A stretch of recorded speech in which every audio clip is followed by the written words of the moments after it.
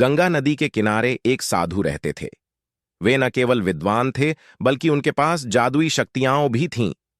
एक दिन वे ध्यान में मग्न थे, तभी बाज की चोंच से एक चूहिया छूटकर उनके हाथों में आ गिरी।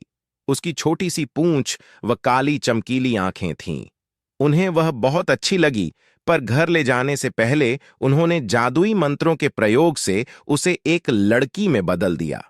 वे उस लड़की को घर ले जाकर पत्नी से बोले, तुम हमेशा से संतान चाहती थी ना, तो लो, आज से यही हमारी पुत्री है। इसे पूरी देखभाल व स्नेह से पालो। साधु की पत्नी भी अपनी पुत्री को देख प्रसन्न हो उठी। वह उसे राजकुमारी की तरह पालने लगी। साल बीतते गए, नन्ही लड़की एक सुंदर युवती बन गई। जब वह 18 वर्ष की हुई तो साधु व उसकी पत्नी उसके लिए वर तलाशने लगे। साधु ने कहा, मेरी बिटिया का विवाह ऐसे व्यक्ति से होना चाहिए जो सबसे बड़ा हो। मेरे हिसाब से सूर्य ठीक रहेगा। पत्नी ने भी हामी भरी।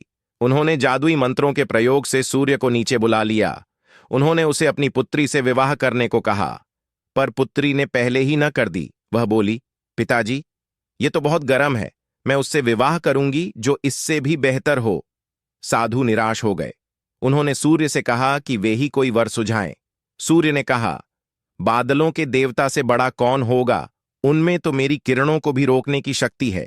साधु ने बादलों को नीचे बुलाया व अपनी पुत्री से विवाह करने को कहा, पर इस बार फिर पुत्री ने मना कर दिया। वह बोली, ये तो कितना बदसूरत है, मैं इससे विवाह नहीं कर सकती।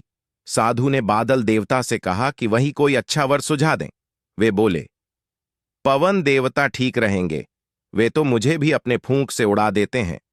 साधु ने पवन देवता को बुलाकर अपनी पुत्री से विवाह करने को कहा। पुत्री ने फिर इनकार कर दिया। वह बोली, मैं इससे शादी नहीं करूंगी।